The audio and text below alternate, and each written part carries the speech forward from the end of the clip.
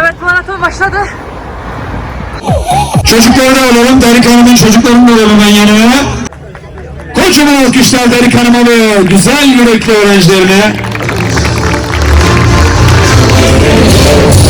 Masal Sens tarafından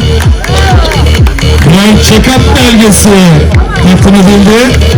Biliyorsunuz check-up ne kadar pahalı arkadaşlar. Bu önemli ödüller.